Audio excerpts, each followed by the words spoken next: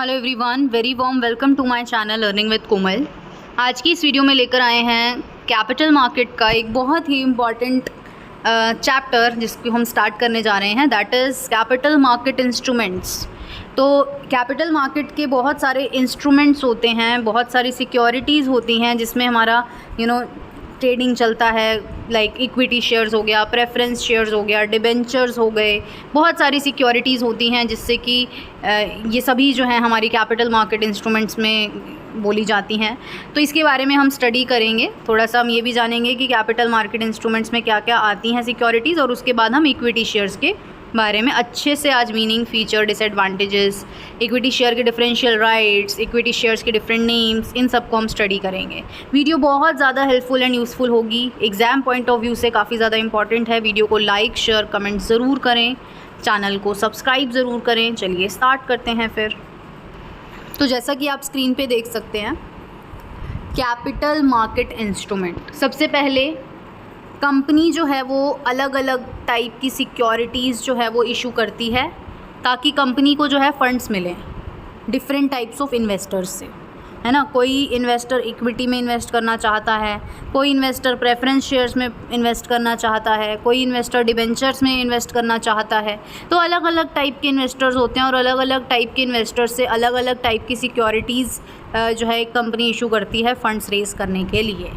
तो those who want safety and regular income go in for debentures, है ना, कि जो इन्वेस्टर अपने पैसे की सेफ्टी चाहता है, जो इन्वेस्टर रेगुलर इनकम चाहता है, फिक्स इनकम चाहता है, तो वो डिबेंचर्स की तरफ जाता है, ठीक है। और जो इन्वेस्टर जो है जिनको जोखिम उठाना पसंद है, जिनको अपनी कैपिटल एप्रिशिएट करना पसंद है, तो वो इक्विटी शेयर की तरफ जाते हैं, मतलब अपनी वो पैसे को बढ़ाना चाहते हैं, अपनी कैपिटल को इंक्रीज़ करना चाहते हैं, ग्रो करना चाहते हैं, तो वो इक्विटी शेयर्स की तरफ जाते हैं। So those who want regular income but less safety purchase preference shares. तो अब ऐसे भी इन्वेस्टर्स होते हैं जो रेगुलर इनकम तो चाहते हैं लेकिन उनका जो है कोई ज़्यादा सेफ्टी पर्पस नहीं रहता है, तो वो परचेज़ करते हैं प्रेफरेंस शेयर्स को।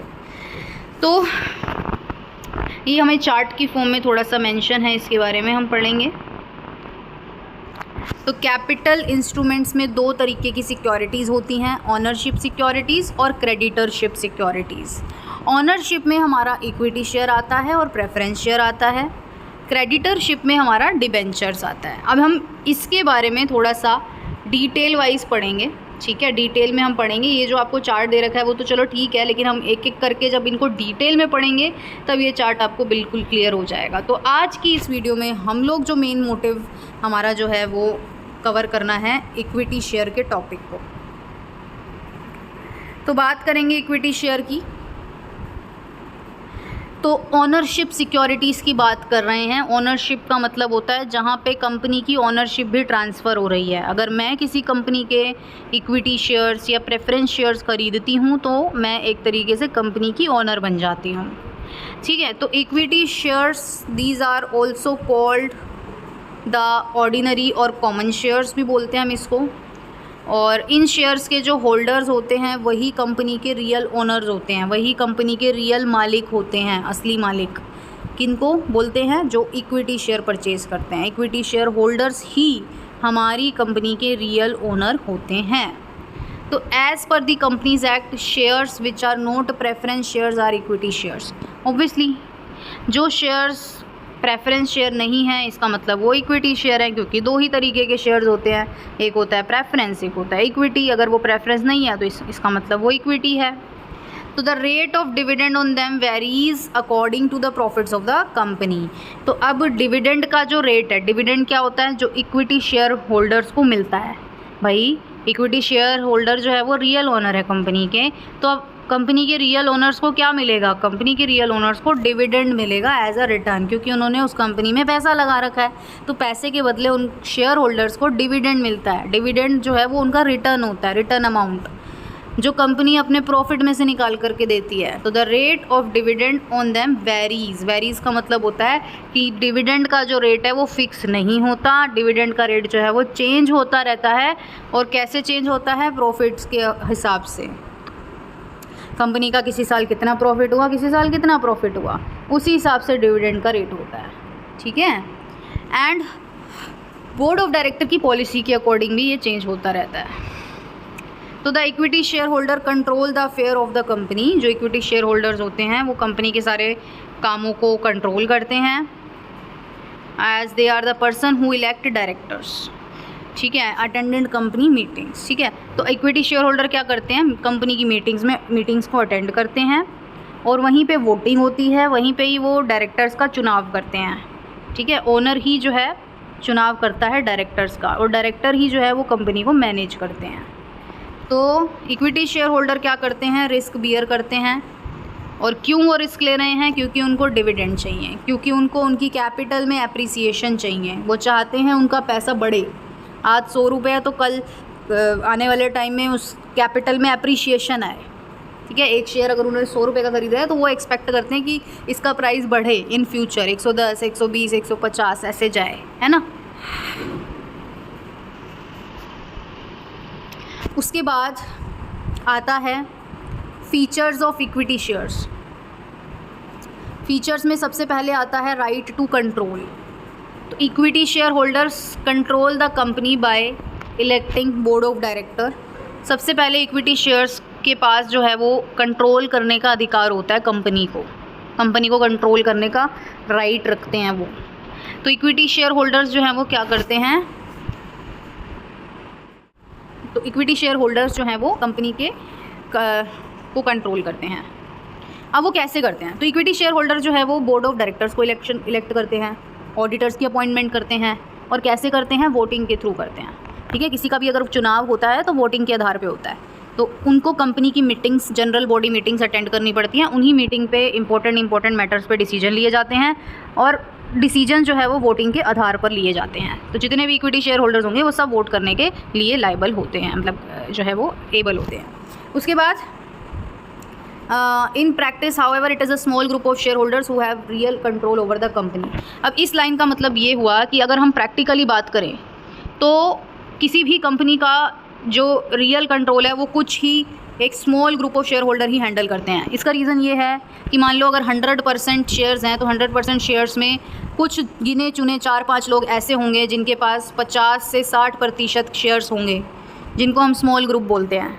और जब 50-60 की मेजॉरिटी अगर किसी के पास होती है तो वही रियल ओनर होते हैं एक तरीके से, क्योंकि रियल कंट्रोल तो वही कर रहे हैं, ठीक है ना। क्योंकि वोटिंग के आधार पर डिसीजन हो रहे हैं और वोटिंग में जिसका ज़्यादा आएगा, 100 में से 51 से ऊपर होना चाहिए, 51 भी आ गया तो जो है डिसीजन उसी तरफ जाता है। तो इसीलिए बोला गया कि how ever it is a small group of share holder who have real control over the company.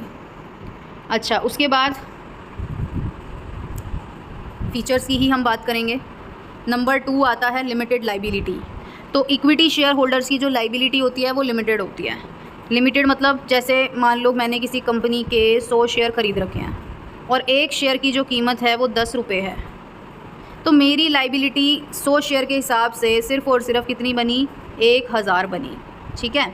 तो इससे ऊपर मैं कंपनी को कुछ भी नहीं दूंगी, चाहे कंपनी को कुछ कमी पड़ रही हो, कंपनी को कोई नुकसान हो रहा हो, मेरा कोई मतलब नहीं है, शेयर होल्डर्स का कोई मतलब नहीं है, इक्विटी शेयर होल्डर्स का, ठीक है। तो यहाँ पे इक्विटी शेयर होल्डर्स की जो लाइबिलिटी होती है वो लिमिटेड लाइबिलिटी होती है, ठीक है।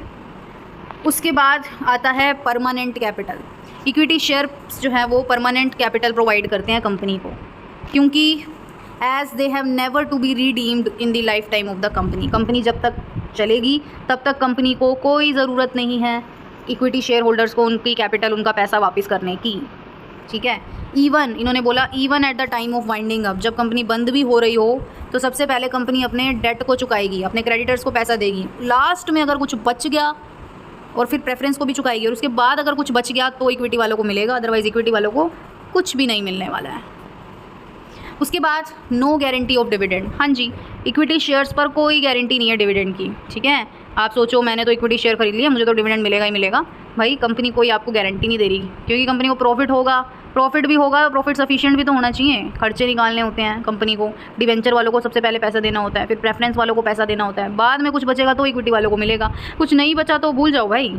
तो नो गारंटी ऑफ डिविडेंड।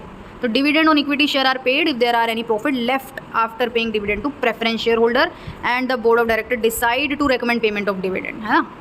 कुछ बचेगा तो मिलेगा। प्रेफरेंस वालों को सबसे पहले मिलेगा, उनसे डिवेंचर वालों को पहले मिलेगा, क्रेडिटर्स को पहले मिलेगा, बाद में कुछ बचेगा तो मिलेगा, अदरवाइज़ कुछ नहीं मिलने वाला। उसके बाद आता है एडवांटेजेस ऑफ इक्विटी शेयर्स।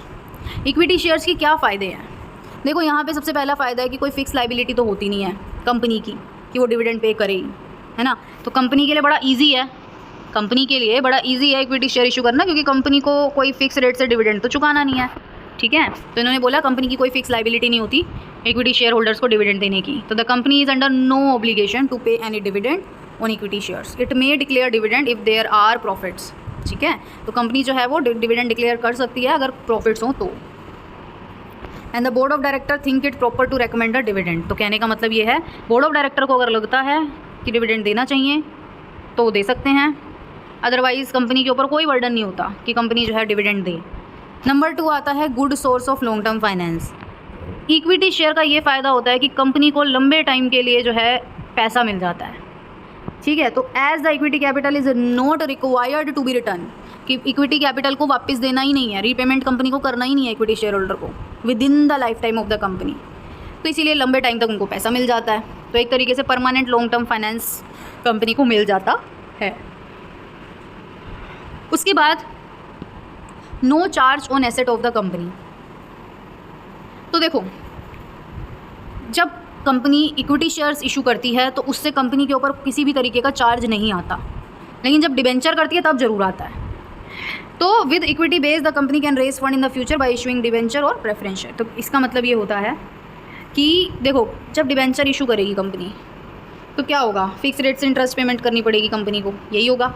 लेकिन जब इक्विटी शेयर्स इशू करने हैं तो एसेट्स पर कोई भी चार्ज नहीं होता है। अब इसका मतलब क्या है, देखो एक ना डिबेंचर का टाइप है, डिबेंचर का एक टाइप है जिसको हम बोलते हैं सिक्योर्ड डिबेंचर, जिसको हम मोर्टगेज डिबेंचर भी बोलते हैं, मोर्टगेज भी बोलते हैं। उसका मतलब क्या है, उसका मतलब ये होता है कि कंपनी डिबेंचर्स इशू करने के लिए कुछ अपनी एसेट्स को गिरवी रख रही है। वो कह रही है डिबेंचर होल्डर्स को कि इन केस अगर मैं तुम्हारी रीपेमेंट नहीं कर पाई तो तुम कंपनी की एसेट्स को, मेरी एसेट्स को जो है बेचकर अपने पैसे की भरपाई कर सकते हो। लेकिन इक्विटी में ऐसा कुछ नहीं होता। इक्विटी में कंपनी की जो एसेट्स है उस पर किसी भी तरीके का चार्ज नहीं लगता है, मतलब कंपनी को कोई ज़रूरत नहीं है कुछ गिरवी रखने की, अपनी एसेट्स को गिरवी रखने की, ठीक है। उसके बाद एडवांटेजेस टू इन्वेस्टर्स। तो equity share holders no doubt undertake the risk. Equity share holders जो हैं वो रिस्क लेते हैं, लेकिन उनकी जो इनकम की पॉसिबिलिटीज़ होती हैं वो अनलिमिटेड होती हैं, मतलब उनको अनलिमिटेड पैसे की पॉसिबिलिटी उनकी होती है, ठीक है। शेयर ऑफ फेस वैल्यू ₹10 में be sold in the market of ₹3000। हो सकता है भाई आज से 10 साल पहले, 5 साल पहले अगर किसी ने शेयर्स खरीदे हों, 10 रुपये के खरीदे हों, 100 रुपये के खरीदे हों, लेकिन आज उनकी मार्केट वैल्यू 3000 है पर शेयर, तो सोचो आपकी कितनी कई गुना कैपिटल अप्रिशिएट हो गई, है ना। तो 700 से 800 करोड़ रुपए लोगों ने बनाए हैं सिर्फ 100 रुपये के शेयर परचेज़ करके। टाइम के साथ साथ कंपनी ग्रो करती है, कंपनी की वैल्यू बढ़ती है, कंपनी का बिजनेस बढ़ता है, आप उस कंपनी के इक्विटी शेयर होल्डर हो तो आपकी कैपिटल अप्रिशिएट होगी ही होगी। तो ये इन्वेस्टर्स की एडवांटेजेस हैं, इन्वेस्टर को बहुत फ़ायदा होता है। रिस्क तो है ही, high risk high return, low risk low return. कम रिस्क लोगे तो कम रिटर्न मिलेगा, ज़्यादा रिस्क लोगे तो ज़्यादा रिटर्न की संभावना है, होप है। उसके बाद आता है disadvantages of equity share. Equity shares की क्या डिसएडवांटेजेस है? सबसे पहला, इसको बेचना थोड़ा सा मुश्किल होता है।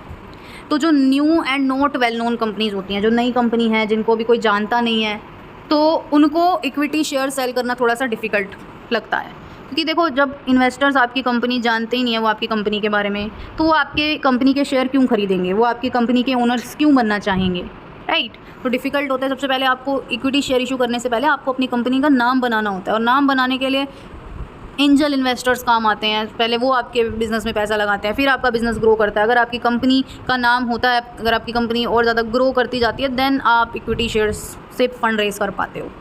अदरवाइज़ अगर आपकी कंपनी को कोई नहीं जानता, आपकी कंपनी न्यू है या आपकी कंपनी को कोई जानता नहीं है, इतना कोई नाम नहीं है, तो आपकी कंपनी में कोई भी इन्वेस्ट नहीं करना चाहेगा। तो इसीलिए इक्विटी बेचना वहाँ पे थोड़ा सा डिफ़िकल्ट हो जाता है। उसके बाद does not suit cautious investors. तो कोशियस इन्वेस्टर्स जो होते हैं, जो अपना रिस्क अवॉइड करना चाहते हैं और वो चाहते हैं कि उनकी रेगुलर इनकम हो, तो वो कभी भी इक्विटी शेयर्स में सब्सक्राइब नहीं करेंगे। एक तरीके से कह सकते हैं ऐसे इन्वेस्टर जो रिस्क नहीं लेना चाहते, जिनको बस ये है कि रेगुलर इनकम हो जाए, तो वो तो फिर डिवेंचर्स की तरफ जाएंगे, ठीक है ना, वो तो फिर डिवेंचर्स में अपना पैसा इन्वेस्ट करेंगे, वो इक्विटी में पैसा इन्वेस्ट नहीं करेंगे। तो ये भी एक इसकी डिसएडवांटेज हो गई, क्योंकि इक्विटी बहुत ज़्यादा हाई रिस्की होते हैं। उसके बाद डेंजर ऑफ ओवर कैपिटलाइजेशन। तो should a company desire to reduce its funds, the money of equity share holder can not be refunded within the life time of the company. तो कहने का मतलब ये है कि कोई भी कंपनी इक्विटी शेयर होल्डर्स को उनका पैसा लाइफ टाइम में कभी भी नहीं देती है वापसी। लेकिन कुछ सिचुएशंस में, तो इस सिचुएशन में होता क्या है, ओवर कैपिटलाइजेशन की सिचुएशन आ जाती है, क्योंकि कंपनी बार बार क्या करती है, कंपनी जो है बार बार उसको पैसों की ज़रूरत होती है, वो फिर से फंड्स रेज़ करती है, वो फिर से अपनी कैपिटल को रेज़ करती है, इससे ओवर को कैपिटलाइजेशन की सिचुएशन आ जाती है। लेकिन बट आज के टाइम में कंपनी को अलाउ है कि वो अपने खुद के शेयर्स जो हैं वो बाय बैक कर सकती है, ख़रीद सकती है ओपन मार्केट से, जिससे कि ओवर कैपिटलाइजेशन वाली सिचुएशन, जो ये डेंजर वाली सिचुएशन आती है, इससे कंपनी डील कर सके। इसके बाद वाला जो हमारा टॉपिक होगा वो बाय बैक के ऊपर ही होगा, जो नेक्स्ट वीडियो में आएगा, तो हम बाय बैक के बारे में अच्छे से पढ़ेंगे उसमें भी, ठीक। उसके बाद आता है no possibility of trading on equity. इसका मतलब क्या हुआ कि if a company has issued all equity shares it loses the opportunity of trading on equity. अगर कोई कंपनी जो है अपने सारे इक्विटी शेयर्स जो है वो इशू कर देती है, तो वो ट्रेडिंग ऑन इक्विटी जैसी अपॉर्चुनिटी को लॉस कर देती है। ट्रेडिंग ऑन इक्विटी मतलब क्या, earning more at a higher rate on borrowed capital and paying them a lower rate of interest thereby increasing the profits of the equity share holder. इसका मतलब क्या हुआ कि कौन सी अपॉर्चुनिटी की हम बात कर रहे हैं, हम बात कर रहे हैं ट्रेडिंग ऑन इक्विटी की। तो इसमें earning more at higher rate on borrowed capital, इसका मतलब ये होता है कि जो कंपनी ने बोरोड कैपिटल ली है उस पर कंपनी जितना रेट ऑफ इंटरेस्ट पे कर रही है उससे ज़्यादा कंपनी कमा रही है, ठीक है ना। मतलब कहने का मतलब है कंपनी ने मान लो बोरोड कैपिटल ले रखी है और कंपनी उसमें फॉर एग्जांपल 6% का इंटरेस्ट दे रही है, उधार ली हुई कैपिटल से पे कंपनी जो है वो 6% का फिक्स रेट से इंटरेस्ट चुका रही है। और मान लो कंपनी जो है वो हायर रेट पे अर्निंग कर रही हो, हायर रेट मतलब फॉर एग्जांपल कंपनी जो है वो 10% कमा रही हो, लेकिन जो इंटरेस्ट चुका रही हो वो सिर्फ 6% चुका रही हो, ठीक। तो ये वाली जो अपॉर्चुनिटी होती है, इससे क्या होता है, और इससे क्या होता है, कंपनी के जो प्रॉफिट्स हैं वो भी इंक्रीज़ हो जाते हैं, इक्विटी शेयर होल्डर्स के जो प्रॉफिट्स हैं वो भी क्या हो जाते हैं, इंक्रीज़ हो जाते हैं। क्यों, क्योंकि देखो 10% अगर कंपनी कमा रही है और 6% बोरोड में जा रहा है, तो 4% तो कम से कम बच रहा है कि नहीं, ठीक है। तो अगर कंपनी अपने सारे ही इक्विटी शेयर्स को इशू कर देगी तो उसकी ट्रेडिंग ऑन इक्विटी वाली अपॉर्चुनिटी जो है वो खो देगी कंपनी, ठीक। Danger of losing control. The group which has been controlling the affairs of the company would not like to dilute its voting power by issuing more equity shares. अब मान लो कि किसी कंपनी के पहले इक्विटी शेयर्स होल्डर्स थे सिर्फ 100, मतलब 100 लोग थे जिन्होंने एक कंपनी के इक्विटी शेयर होल्डर सारे परचेज़ कर रखे थे, ठीक है। एक ही कंपनी में फॉर एग्जांपल एक कंपनी है और इसके सिर्फ 100 ही शेयर होल्डर्स हैं, इन्होंने ही पूरी कंपनी के इक्विटी शेयर्स परचेज़ कर रखे हैं। अब भाई ये जो 100 लोग हैं, ये जो ग्रुप है 100 लोगों का, क्या ये चाहेगा कि कंपनी जो है और इशू कर दे शेयर्स, है ना।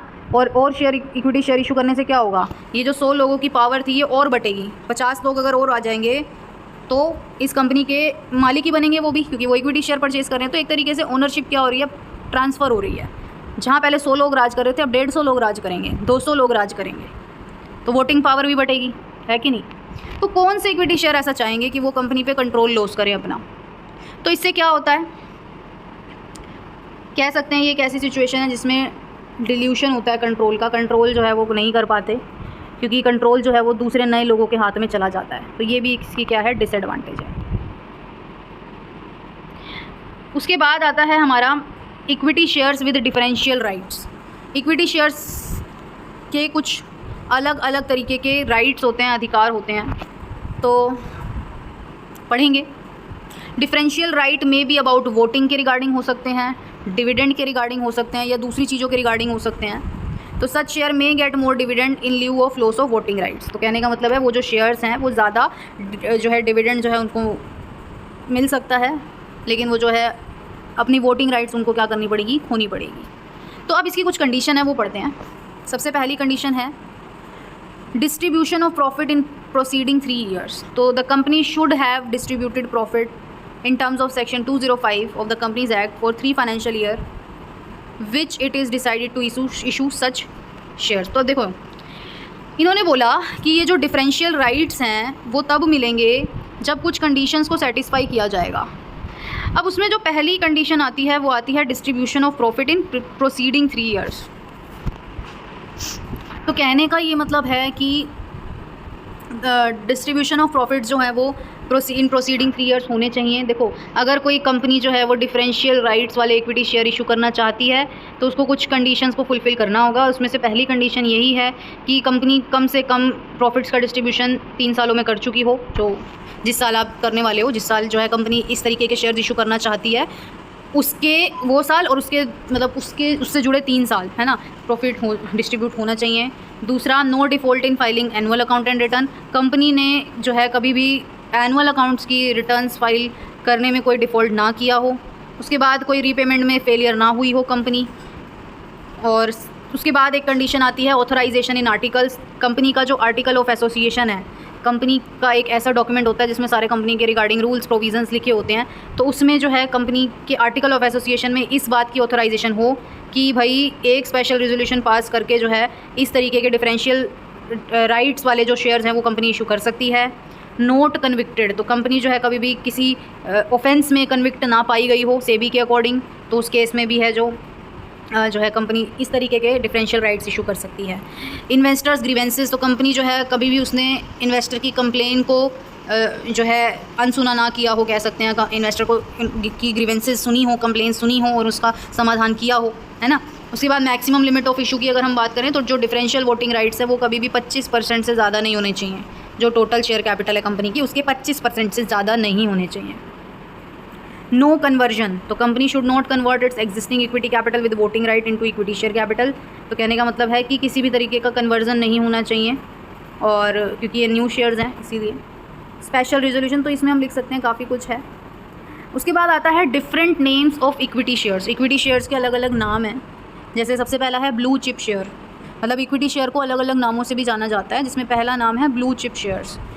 तो the share of well known company which are readily saleable in the market are known as blue chip. मतलब ऐसे शेयर्स जो एक वेल नोन कंपनी के हों, जानी मानी कंपनी के शेयर्स जो मार्केट में आसानी से बिक जाए, रेडीली सेलेबल हों, वो ब्लू चिप्स वाले शेयर कहलाते हैं। और these share have high growth potential and ready market. In shares का जो पोटेंशियल होता है वो काफ़ी हाई ग्रोथ होता है और इनके लिए जो मार्केट होता है वो भी एक रेडी मार्केट होता है, तैयार मार्केट होता है। दूसरा आता है एक्टिव शेयर्स। एक्टिव शेयर्स की अगर हम बात करें तो these are the share which are frequently traded on stock. मतलब ये वो शेयर्स होते हैं जो फ्रीक्वेंटली स्टॉक एक्सचेंजेस में ट्रेड किए जाते हैं और जो कि हमारे मार्केट्स में एक्टिव होते हैं। स्टॉक एक्सचेंजेस की अगर हम बात करें like Bombay stock exchange, national stock exchange, उसमें इनकी ट्रेडिंग चलती है, वो होते हैं एक्टिव शेयर्स। नंबर 3 आता है स्पेसिफाइड और क्लियर्ड सिक्योरिटी या फिर अल्फ़ा शेयर्स भी हम इनको बोलते हैं। तो ये वो शेयर्स होते हैं जो मोस्ट फ्रीक्वेंटली कैपिटल मार्केट में ट्रेड किए जाते हैं और वो एक्टिव भी होते हैं, और ये जो है ग्रुप ए की कैटेगरी में प्लेस किए जाते हैं स्टॉक मार्केट में, ठीक है। उसके बाद आता है ग्रोथ शेयर्स। तो these are the shares of fast growing companies. ऐसी कंपनी जो बड़ी फास्ट ग्रो कर रही है, ये उस कंपनी के शेयर्स होते हैं और ये लॉन्ग टर्म इन्वेस्टमेंट के लिए काफ़ी अच्छे होते हैं, ठीक। और उनकी करंट यील्ड जो होती है वो भले ही लो हो, लेकिन उनका ग्रोथ पोटेंशियल जो है वो कैपिटल एप्रिसिएशन की फॉर्म में होता है, मतलब लॉन्ग टर्म में इसमें ज़्यादा फ़ायदा है। डिफेंसिव शेयर्स कौन से होते हैं? जिनके प्राइस जो है वो स्टेबल रहें, ठीक है, जिनके प्राइस जो है वो ज़्यादा फ्लक्चुएट ना करें, जिसमें ज़्यादा फ्लक्चुएशंस ना हो, चेंजेस ना हो, और जिनके प्राइस जो है वो हमेशा स्टेबल रहें, दैट इज़ डिफेंसिव शेयर। उसके बाद टर्न अराउंड शेयर्स कौन से होते हैं? टर्न अराउंड शेयर्स का मतलब जिनमें सडन राइज आ जाए और सडन फॉल आ जाए, मतलब एकदम से बढ़ जाए एकदम से गिर जाए, वो होते हैं टर्न अराउंड। और ये क्यों होता है? अनसर्टेन कंडीशंस की वजह से, या फिर कैपिटल मार्केट्स स्पेक्यूलेटर्स अगर कुछ जो है अपना क्विक गेन करने के लिए इस तरीके से एक्टिवली पार्ट करते हैं, तो उस केस में जो है किसी शेयर का प्राइस एकदम से सडन राइज हो जाता है, किसी शेयर का प्राइस एकदम से लो गिर जाता है, फॉल हो जाता है। साइक्लिकल शेयर्स कौन से होते हैं? साइक्लिकल शेयर्स की अगर मैं बात करूं तो the shares whose prices are greatly affected by trade cycle. हमारी ट्रेड साइकिल होती है ना, ट्रेड साइकिल का मतलब क्या होता है भाई, अभी मंदी चल रही है, अभी थोड़ा सा ग्रोइंग स्टेज पे है, अभी थोड़ा सा अच्छी मेचोरिटी स्टेज पे है ट्रेड साइकिल, तो उस हिसाब से भाई नेशन की इकॉनमी हो गया, इंडस्ट्रीज़, स्टेट ऑफ इंडस्ट्रीज़ हो गया, इंटरनेशनल इवेंट्स हो गया, ये सारी सिचुएशन जो हैं वो इफ़ेक्ट करती हैं हमारे साइक्लिकल शेयर्स को। जैसे कि इन्होंने बोला टी कंपनीज़ के शेयर्स हो गए, मतलब चाय पत्ती वाली जो कंपनी होती है ना, फर्टिलाइज़र हो गए, पेट्रोलियम प्रोडक्ट हो गए, वो सारे इस कैटेगरी में आते हैं साइक्लिकल शेयर्स में। नॉन साइक्लिकल कौन से होते हैं? जिनका कोई इफेक्ट नहीं पड़ता ट्रेड साइकिल के द्वारा, मतलब नेशन की इकोनॉमी, वेदर, इंटरनेशनल में, इनसे इनको कोई फ़र्क नहीं पड़ता। जैसे कि इंश्योरेंस कंपनी, इंश्योरेंस 12 महीने कराना ही पड़ेगा, है ना, बेसिक चीज़ें हो गई, वो तो आपको चाहिए ना, 12 महीने नमक की रिक्वायरमेंट तो है ही ना। तो ऐसी कंपनीज़, तो इनके शेयर्स जो हैं वो नॉन साइक्लिकल होते हैं। तो आज के लिए सिर्फ इतना ही। नेक्स्ट वीडियो में हम बाईबैक के बारे में पढ़ेंगे। वीडियो को लाइक शेयर कमेंट करना ना भूलें। Thank you so much.